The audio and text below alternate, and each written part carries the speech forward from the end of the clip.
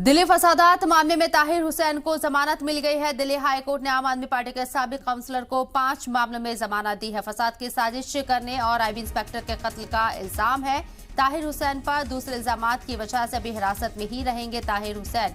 वाज़ेह रहे कि दिल्ली में जब फसादात हुए तो उसमें मेन नाम यहाँ ताहिर हुसैन का सामने आया था। कई इल्जामात उनके ऊपर लगे थे, दंगा भड़काने के इल्जाम उनके ऊपर लगे थे। इसके साथ ही आईबी इंस्पेक्टर के कत्ल का इल्जाम भी उनके ऊपर लगा था। फिलहाल दिल्ली हाईकोर्ट ने आम आदमी पार्टी के साबिक काउंसलर को 5 मामलों में जमानत दे दी है। फसाद की साजिश करने और आईबी इंस्पेक्टर के कत्ल का इल्जाम उनके ऊपर है। इसके साथ ही आपको बता दें कि दूसरे इल्जामात की वजह से अभी भी उन्हें हिरासत में ही रहना होगा।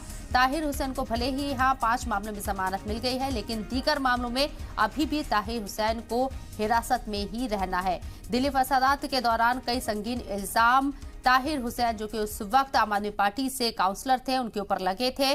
दंगा भड़काना, दंगा की साजिश करना, फसाद की साजिश रचने के भी उनके ऊपर इल्जाम लगे और उसके साथ ही आईबी इंस्पेक्टर के कत्ल के भी इल्जाम लगे। वहीं दूसरे इल्जामात की वजह से अभी हिरासत में ही ताहिर हुसैन को रहना होगा। लेकिन इस बीच जो 5 दीगर मामले हैं उनमें ताहिर हुसैन को जमानत मिल गई है, लेकिन फिलहाल जेल से बाहर नहीं आ पाएंगे क्योंकि दीगर मामलों में अभी हिरासत में ताहिर हुसैन को रहना ही पड़ेगा।